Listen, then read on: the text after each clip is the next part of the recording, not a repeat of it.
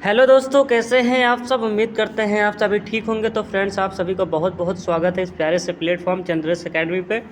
तो दोस्तों, चलिए वीडियो को शुरू करते हैं। सबसे पहले ये जान लेते हैं कि आज हम क्या पढ़ने वाले हैं। तो दोस्तों, जैसा कि आप जानते हैं, आपका exam UP board class 12 chemistry का 11 अप्रैल को है।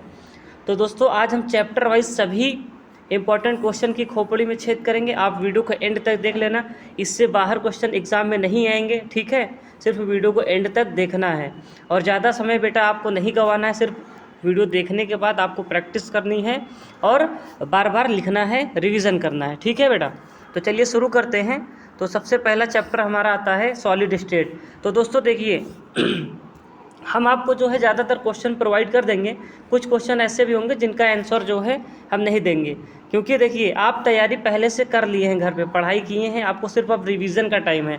आप अभी इस टाइम पे बहुत नया कुछ नहीं पढ़ पाएंगे, नया ज़्यादा नहीं पढ़ेंगे, वो आपको याद नहीं होगा, भूल जाएंगे। जो आप पढ़े हैं उसी को रिवीजन करना है। तो हम क्या करेंगे, आपको ऐसे क्वेश्चन प्रोवाइड करवा रहे हैं उसी से जो आप पढ़े हैं, जो आप क्लास में कोचिंग में पढ़े हैं, वो उसमें से कुछ इंपॉर्टेंट क्वेश्चन छांट के लाए हैं जो आप ऑलरेडी पढ़ चुके हैं, है ना। और कुछ ऑब्जेक्टिव है और लॉन्ग वाले हैं, शॉर्ट वाले हैं, सारे क्वेश्चन हैं। तो चलिए पहला क्वेश्चन देखते हैं। सॉलिड स्टेट पहले चैप्टर का है, ऑब्जेक्टिव क्वेश्चन। पहला क्वेश्चन है मेरे बच्चे, एक क्रिस्टलीय ठोस में होती है। तो बेटा पहला ऑप्शन इसका सही है, दीर्घ परास कोटि होती है, ठीक है। दूसरा क्वेश्चन आपके सामने है, निम्नलिखित में से किसमें प्रति एकक कोशिका परमाणुओं की कुल संख्या 2 होती है। तो बेटा इसका ऑप्शन भी सही है, अंतः केंद्रित घनीय एकक कोशिका। आपको सारे क्वेश्चन को कम से कम वीडियो को 2 बार देखनी है, 2 बार वीडियो को देखना है, सारे याद हो जाएंगे, ठीक है बेटा। चलिए वीडियो को आगे बढ़ाते हैं। अगला क्वेश्चन है आपका, एक क्रिस्टल तंत्र में A=B, B=C और α=बीटा, बीटा=गामा डज नॉट इक्वल 90 डिग्री है।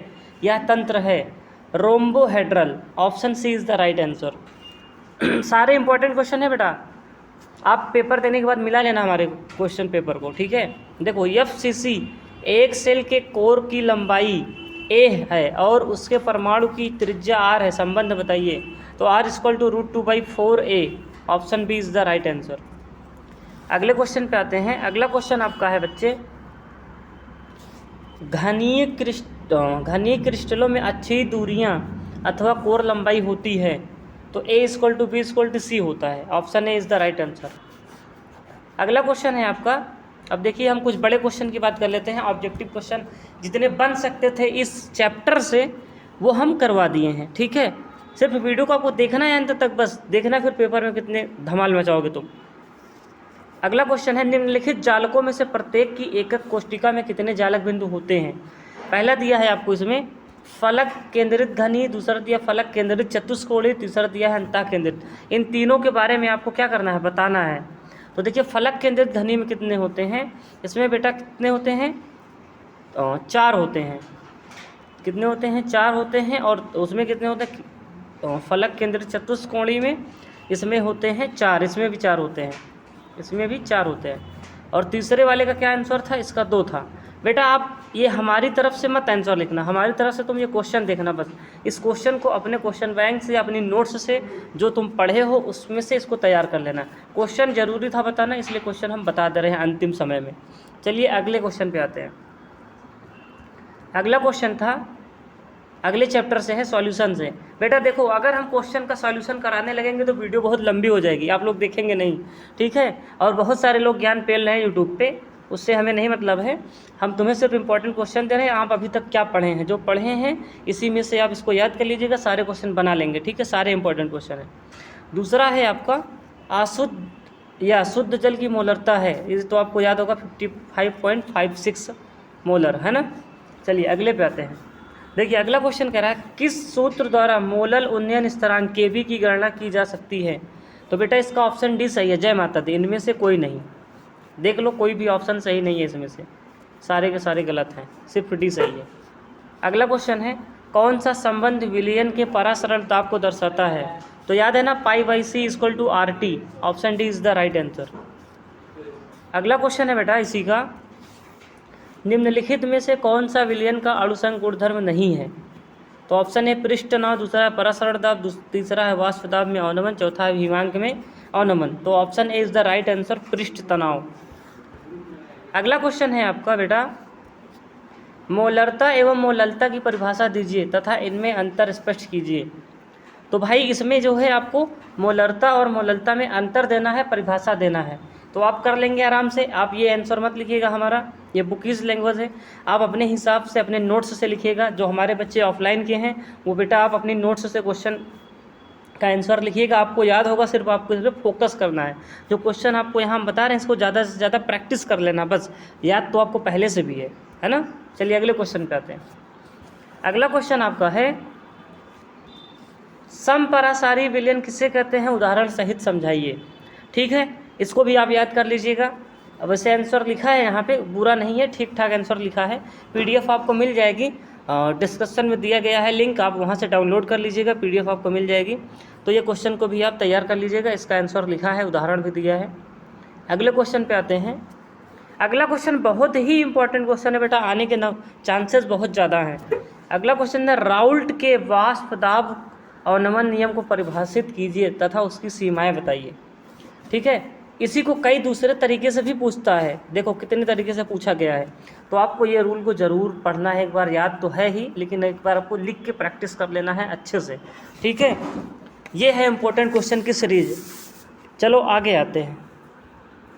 अगला क्वेश्चन आपका है अगले चैप्टर से, वैद्युत रसायन से। बेटा न्यूमेरिकल इसलिए नहीं लिए हैं क्योंकि न्यूमेरिकल हम अगली वीडियो में कराएंगे। न्यूमेरिकल को हम सॉल्व कराएंगे खुद से, ठीक है, क्योंकि उसको याद नहीं किया जा सकता। देखो वैद्युत रसायन, वैद्युत रसायन में पहला क्वेश्चन है, किसी भी इलेक्ट्रोड का इलेक्ट्रोड विभव निर्भर करता है। तो बेटा ये डी है इन सभी पर, धातु की प्रकृति पर, विलयन की मोलरता पर, विलयन के ताप पर। अगला क्वेश्चन है आपका, किसी इलेक्ट्रोड के इलेक्ट्रोड विभव निर्भर नहीं करता है, तो ये दाब पर होता है। अगला क्वेश्चन है आपका, निम्नलिखित में से कौन सी अभिक्रिया संभव नहीं है। अब बेटा इसमें से आपको बताना है कौन सी अभिक्रिया संभव नहीं है। तो ऑप्शन बी वाली संभव नहीं है, बाकी सारी के सारी संभव हैं। ठीक है, तो चलिए आगे बढ़ते हैं अपने नेक्स्ट क्वेश्चन की ओर। अगला क्वेश्चन हमारा इसी में है, ऑब्जेक्टिव खत्म हुआ इसी चैप्टर का। अब थोड़ा सा हम शॉर्ट टाइप और लॉन्ग टाइम क्वेश्चन को भी हम देख लेते हैं। अगला क्वेश्चन है, नर्ट्स समीकरण की व्याख्या कीजिए। फिर इसी को अथवा करके पूछा गया है, नर्ट्स के लिए इलेक्ट्रोड विभव का समीकरण लिखिए और उसमें दिए गए संकेतों को स्पष्ट कीजिए। Very very very very important question है भाई, याद कर लेना इसको। वैसे याद होगा, प्रैक्टिस करके जाना अच्छे से। आंसर है, पीडीएफ मिल जाएगी, वहाँ से लिख लेना अगर नहीं लिखे हो तो। अगला क्वेश्चन आपका है, मानव इलेक्ट्रोड विभव की परिभाषा एवं नर्ट्स समीकरण लिखिए। है ना, इसको दूसरे तरीके से भी पूछता है, मानव इलेक्ट्रोड विभव क्या है, इलेक्ट्रोड विभव ई तथा मानक इलेक्ट्रोड विभव ई नॉट में संबंध बताइए, रिलेशन बताइए। तो क्लास में हम करवाए थे, आप जो है इसको अपनी नोट्स से लिख के याद कर लीजिएगा। ठीक है, अगला क्वेश्चन है वेरी वेरी इंपॉर्टेंट क्वेश्चन, छपने वाला प्रश्न। देख रहे हैं कितने टाइम्स पूछा गया है, मल्टीपल टाइम्स पूछा गया है। देखो बेटा, कोलराउस नियम को परिभाषित कीजिए, इसके नियम का एक अनुप्रयोग उदाहरण सहित दीजिए। इसी को दूसरे तरीके से भी पूछा गया है मेरे भाई। क्या पूछा गया है, कोलराउस नियम पर संक्षिप्त टिप्पणी लिखिए। कोलराउस नियम क्या है, इसके द्वारा दुर्बल विद्युत अपघट्य के वियोजन की कोटि गणना किस प्रकार करते हैं। तो देख लो, मल्टीपल टाइम क्वेश्चन पूछा गया है, आपको ये तैयार होना चाहिए। आपको फालतू इधर उधर नहीं करना है, जितने क्वेश्चन बता रहे हैं इसको सारे के सारे रट के जाना है। ठीक है, तभी परीक्षा की खोपड़ी में छेद करोगे। देखो बेटा, अगला क्वेश्चन है आपका, वैद्युत रासायनिक श्रेणी क्या है, इसके दो उपयोग लिखिए। वैद्युत रासायनिक श्रेणी के किन्हीं 4 लक्षणों को बताइए। बताओ, मल्टीपल टाइम पूछा गया है, इसी क्वेश्चन को बार बार घुमा के याद कर लेना, याद होगा तुम्हें, प्रैक्टिस कर लेना अच्छे से। अगला क्वेश्चन है बेटा, रासायनिक बलगतिकी से। ठीक है, अगले चैप्टर पे आ गए। तो सबसे पहले हम ऑब्जेक्टिव क्वेश्चन को देखते हैं। वेग स्थिरांक ताप बढ़ाने पर बढ़ेगा। ठीक है, ऑप्शन बी सही है इसका। अगला क्वेश्चन है आपका, अगला क्वेश्चन बोला गया है, अभिक्रिया A+2B गिब्स उत्पाद के लिए वेग नियम समीकरण R बराबर K concentration of A into concentration of B की पावर 2 द्वारा व्यक्त किया जाता है। तो अभिक्रिया की कोटि है। तो बेटा अभिक्रिया की कोटि निकालने के लिए आप इसको जो है जोड़ दीजिए। इसकी पावर, A की पावर कुछ नहीं है तो 1 मान लो, 2 है तो 2 से जोड़ देंगे तो कितना आ जाएगा, 3 आ जाएगा। तो ये देखो option B is the right answer. अगला क्वेश्चन है आपका, हाँ, अभिक्रिया 2H2O2 gives 2H2O plus O2 के लिए R बराबर K कंसंट्रेशन ऑफ H2O2 है, यह अभिक्रिया है। तो बेटा ये प्रथम कोटि की अभिक्रिया है, फर्स्ट ऑर्डर ऑफ रिएक्शन है, आपको खुद दिखाई दे रहा है।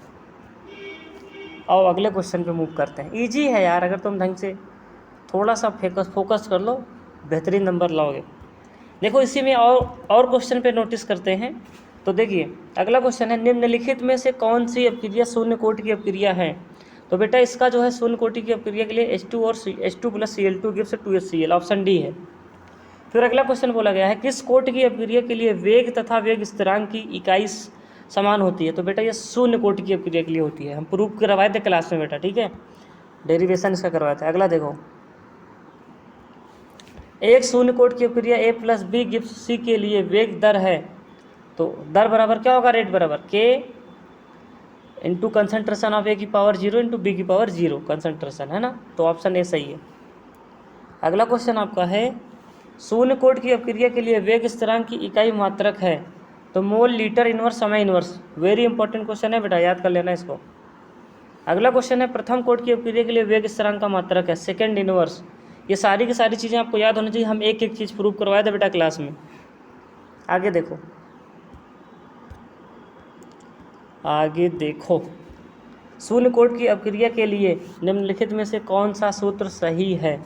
तो बेटा T half directly proportional A, option A सही है। अगले क्वेश्चन पे, प्रथम कोटि की अपक्रिया के लिए वेग स्थिरांक तथा अर्धायुकाल में संबंध है, किसको नहीं याद होगा, ये जो ढक्कन होगा जिसको नहीं याद होगा। T half equal to 0.693 upon K, option A. अगला क्वेश्चन है आपका ऑब्जेक्टिव, प्रथम कोटि की अपक्रिया में अर्ध भाग के पूर्ण होने में लगा समय टी हाफ उसकी प्रारंभिक सांद्रता पर निर्भर नहीं करता है, ऑप्शन सी सही है। अगला है, एक प्रथम कोटि की अपक्रिया की अर्ध आयु 400 सेकेंड है, इसका वेग स्थिरांक होगा। तो बेटा इसका वेग स्थिरांक होगा, सॉल्व करने पाएगा 1.73 इंटू 10⁻³ सेकेंड इनवर्स, ठीक है, ऑप्शन ए। आइए कुछ लॉन्ग और शॉर्ट टाइप के क्वेश्चन की बात कर लेते हैं। तो बेटा आंसर यहाँ से नहीं लिखना है तुम्हें, वैसे लिख सकते हो, बुरा नहीं लिखा है, ये बुकीज़ लैंग्वेज है, किताबी भाषा है, आपको अपनी नोट्स से लिखना है, हम इंपॉर्टेंट क्वेश्चन आपको बता दे रहे हैं।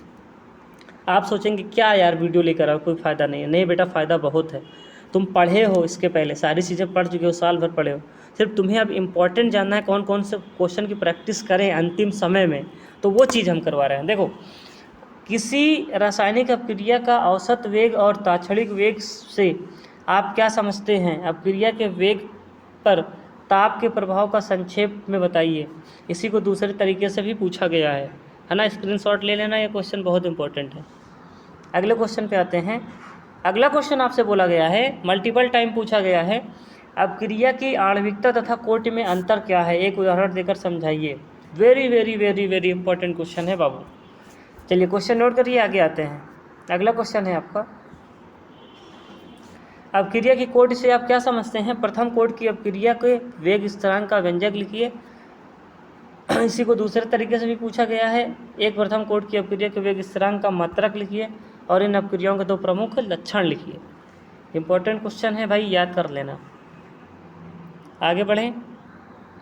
अगला क्वेश्चन है हमारा पृष्ठ रसायन का, ठीक है, सरफेस केमिस्ट्री की बात करते हैं। तो सबसे पहले ऑब्जेक्टिव क्वेश्चन लेंगे। ऑब्जेक्टिव में पहला क्वेश्चन है, किसी रासायनिक अपक्रिया में उत्प्रेरक का प्रभाव ब्लैंक को परिवर्तित करता है। तो इसका है संक्रियण ऊर्जा को, ठीक है, ऑप्शन बी। अगला क्वेश्चन है, कोलाइडों को शुद्ध करने की विधि है, सबको याद होगा, अपोहन। ब्राउनियन गति का कारण है परिक्षेपण माध्यम के अणुओं का कोलाइडी कणों पर संघात, ठीक है, ऑप्शन सी। अगला क्वेश्चन है, धनात्मक कोलाइडी विलयन है। तो बेटा SnO2 है, ऑप्शन ए। अगला क्वेश्चन आपका दिया है, आर्सेनियस सल्फाइड के कोलाइडी विलयन के स्कंदन में सबसे प्रभावी विलयन है। तो बेटा ऑप्शन सी है, BaCl2 बेरियम क्लोराइड। आगे आते हैं। अगला क्वेश्चन है, कोहरा किस प्रकार का कोलाइडी निकाय है। तो बेटा द्रव में गैस है। झाग किस प्रकार का कोलाइडी विलयन है? तो गैस में द्रव है। याद रखना है, सब बेसिक क्वेश्चन है। देखो अगला शॉर्ट टाइप आंसर क्वेश्चन है, पेप्टीकरण की क्रिया को एक उदाहरण द्वारा समझाइए। इसी को दूसरे तरीके से भी पूछा गया। वेरी वेरी इंपॉर्टेंट क्वेश्चन है, नोट करिएगा। अगला क्वेश्चन आपका है, अपोहन से आप क्या समझते हैं? है ना, अपोहन से आप क्या समझते हैं? तो इसको भी याद कर लीजिएगा। अगला दिया है, वैद्युत कण संचरण को समझाइए अथवा वैद्युत कण संचरण पर संक्षिप्त टिप्पणी लिखिए। दोनों ही इंपॉर्टेंट क्वेश्चन है, याद करिएगा, आप प्रैक्टिस करके जाइएगा। अगला क्वेश्चन आपका है, महत्वपूर्ण सवाल है, स्व उत्प्रेरण तथा प्रेरित उत्प्रेरण को समझाइए उदाहरण सहित। और इसको दूसरे तरीके से भी पूछा गया है मल्टीपल टाइम्स। आप इसको याद करिए अच्छे से। मिलेंगे बेटा पेपर के बाद, ठीक है। अगला दिया है, निम्नलिखित को उदाहरण द्वारा समझाइए। ऋणात्मक उत्प्रेरण और स्कंदन को आपको समझाना है, मल्टीपल टाइम पूछा भी गया है। अगला क्वेश्चन है, ब्राउनी गति क्या है? कोलाइडी कणों का आकार और परिक्षेपण माध्यम की श्यानता इसे किस प्रकार प्रभावित करते हैं? इसी को दूसरे तरीके से भी पूछा गया है, तो आप इसको अच्छे से तैयार करिएगा प्यारे बच्चे। अगला क्वेश्चन आपका है बेटा, रक्षण किसे कहते हैं? उदाहरण देकर समझाइए। रक्षी कोलाइड तथा रक्षित कोलाइड क्या है? एक उदाहरण देकर समझाइए। स्वर्ण संख्या या स्वर्णांक पर संक्षिप्त टिप्पणी लिखिए। स्वर्ण संख्या क्या है स्पष्ट कीजिए। देख रहे हैं, मल्टीपल टाइम पूछा गया है, याद करो इसको तुरंत। अगला क्वेश्चन है बेटा, पी ब्लॉक से लेते हैं, ठीक है। पी ब्लॉक में पहला जो है आपका ऑब्जेक्टिव क्वेश्चन है, हाइपो का सही सूत्र है। तो बेटा Na2SO2 इंटू 2H2O, ऑप्शन है। किस उपकरण में H2S का निर्माण होता है? तो बेटा आयरन सल्फाइड पर तनु H2SO4 की क्रिया द्वारा। तीसरा क्वेश्चन है, फ्लोरीन की ऑक्सीकरण संख्या है? तो बेटा 1 होती है फ्लोरीन की, आपको याद होना चाहिए क्लास 11 से ही। प्रबल विद्युत ऋणात्मक हैलोजन है तो F2 है, फ्लोरीन है, ठीक है। अगला क्वेश्चन आपको दिया है, दिए गए अम्लीयता का सही क्रम है। तो आप इसको ध्यान से देखेंगे तो ऑप्शन बी वाला सही आएगा, ठीक है। अगला क्वेश्चन है, सर्वाधिक इलेक्ट्रॉन लब्धि एंथैल्पी वाला तत्व है? तो फ्लोरीन है बेटा, ठीक है। अगला क्वेश्चन है, एक अकार्बनिक लवण के जलीय विलयन में AgNO3 सिल्वर नाइट्रेट मिलाया जाता है, सफ़ेद अवक्षेप प्राप्त होता है जो NH4OH में विलेय है, लवण में उपस्थित ऋणायन है। तो बेटा ये है Cl-, option B is the right answer. अगला क्वेश्चन आपका है, वायुमंडल में सर्वाधिक पाई जाने वाली अक्रिय गैस है? तो बेटा आर्गन है, याद रखना सही से। अगला दिया गया है, हीलियम का प्रमुख स्रोत है? तो बेटा ये है मोनाजाइट से, ठीक है। ये ऑप्शन बी इसका सही आंसर है। अगला क्वेश्चन है, कोहरे को बेंधने वाले लैंप में प्रयुक्त गैस है? तो नियॉन है, option is the right answer. अब बेटा कुछ लॉन्ग टाइप और शॉर्ट टाइप क्वेश्चन की बात करते हैं। बहुत ही इंपॉर्टेंट क्वेश्चन है, बहुत ही। संपर्क विधि द्वारा सल्फ्यूरिक अम्ल के औद्योगिक निर्माण का नामांकित चित्र सहित वर्णन कीजिए।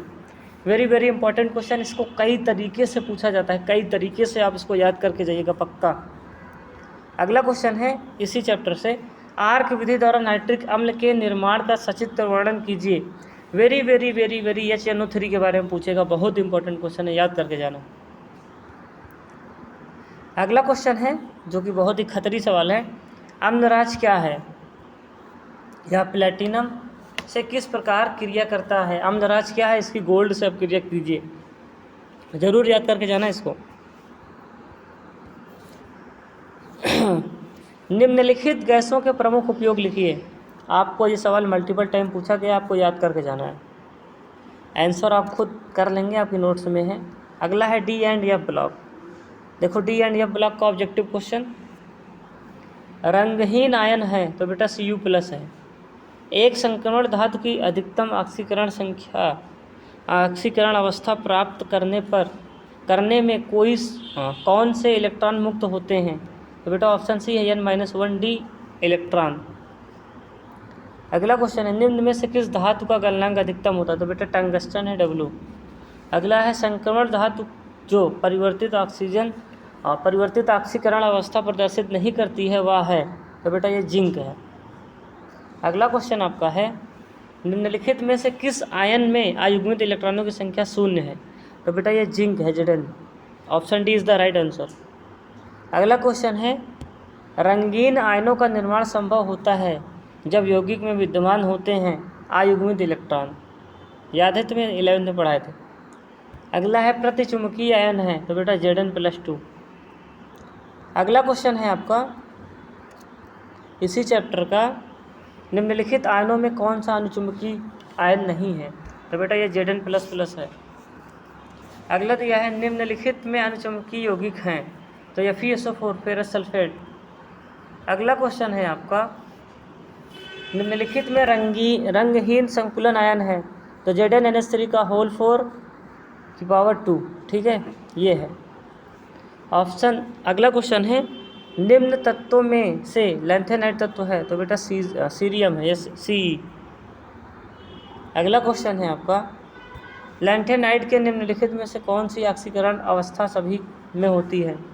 तो +3 है ना, याद है। अगला क्वेश्चन है आपका, गैडोलियम 4F श्रेणी का सदस्य है, इसका परमाणु क्रमांक 64 है, निम्नलिखित में से कौन सा गैडोलियम का सही इलेक्ट्रॉनिक विन्यास है? तो बेटा ऑप्शन ए है, जेनॉन 4F7 5D1 6S2। अगला क्वेश्चन आपका है इसी चैप्टर का, लॉन्ग टाइप, संक्रमण तत्वों को निम्नलिखित गुणों की व्याख्या कीजिए। धात्विक प्रकृति, अनुचुंबकीय लक्षण, गलनांक, क्वथनांक और आयनन ऊर्जा। आपको याद करना है अच्छे से, काफ़ी इंपॉर्टेंट क्वेश्चन है। और इसका आखिरी क्वेश्चन इस चैप्टर का मल्टीपल टाइम पूछा गया है, संक्रमण तत्वों से आप क्या समझते हैं, इसके 4 प्रमुख लक्षण लीजिए। वही क्वेश्चन है, आपसे इस चैप्टर से यही एक लॉन्ग क्वेश्चन पूछा जा सकता है, ठीक है। आप अच्छे से तैयार करिएगा। देखिए अगला हमारा आखिरी चैप्टर है कोऑर्डिनेशन कंपाउंड। देखो कोऑर्डिनेशन कंपाउंड से ऑब्जेक्टिव क्वेश्चन है, ठीक है। इसका आपको जो है कोबाल्ट का समन्वय संख्या बतानी है इस कंपाउंड में, तो ऑप्शन डी है 6 आएगी। अब देखिए ये जो कंपाउंड लिखा है इसमें जो है आयन में Cr की संयोजकता बतानी है, ठीक है। तो इसकी संयोजकता निकालने पर 3 आएगी। आई होप कि आप इसे कर लेंगे। अगला क्वेश्चन आपका है, दिया है कंपाउंड और इसमें भी पूछा गया है कोबाल्ट की ऑक्सीकरण संख्या, तो यहाँ पर +3 होगी। चलिए आगे आते हैं। अब देखिए कुछ शॉर्ट और लॉन्ग टाइप के क्वेश्चन करते हैं। तो सिडविक के प्रभावी परमाणु क्रमांक नियम का उदाहरण सहित समझाइए। प्रभावी परमाणु क्रमांक क्या है, उदाहरण द्वारा समझाइए। काफ़ी इंपॉर्टेंट क्वेश्चन है, याद करिएगा। देखिए अब इनमें से प्रैक्टिस कर लीजिएगा ऐसे कंपाउंड्स के नाम लिखने की, है ना। निम्नलिखित उपसंयोजक यौगिकों का IUPAC नाम लिखिए। आपको IUPAC नाम लिखना है, रूल कैसे होता है आपको पता ही है। कुछ और क्वेश्चन हैं, देख लीजिए, इनका भी आपको नाम लिख के प्रैक्टिस करना है। देखिए अच्छे से, मल्टीपल टाइम पूछे गए हैं और यही पूछे जाएंगे, है ना। अब देखिए अगला क्वेश्चन आपका है, वर्नर के सिद्धांत को समझाइए। यदि कंपाउंड CONH3 का होल 5Cl2 को जल अपघटन किया जाए तो कितने आयन बनेंगे? तो ये क्वेश्चन आपको तैयार करना है अच्छे से, काफ़ी इंपॉर्टेंट क्वेश्चन है। तो बेटा आप जो है वीडियो को पूरा देख लिए हैं, यहाँ तक देखने के लिए बहुत बहुत धन्यवाद। बेटा ये पार्ट 1 था, इनऑर्गेनिक का था। अब ऑर्गेनिक की वीडियो आएगी, न्यूमेरिकल की वीडियो आएगी। अगर आप चैनल पर नए हैं तो चैनल को सब्सक्राइब कर देना, एक प्यारा सा अच्छे से कमेंट कर देना। मिलेंगे नेक्स्ट क्लास में, तब तक के लिए ओके बाय।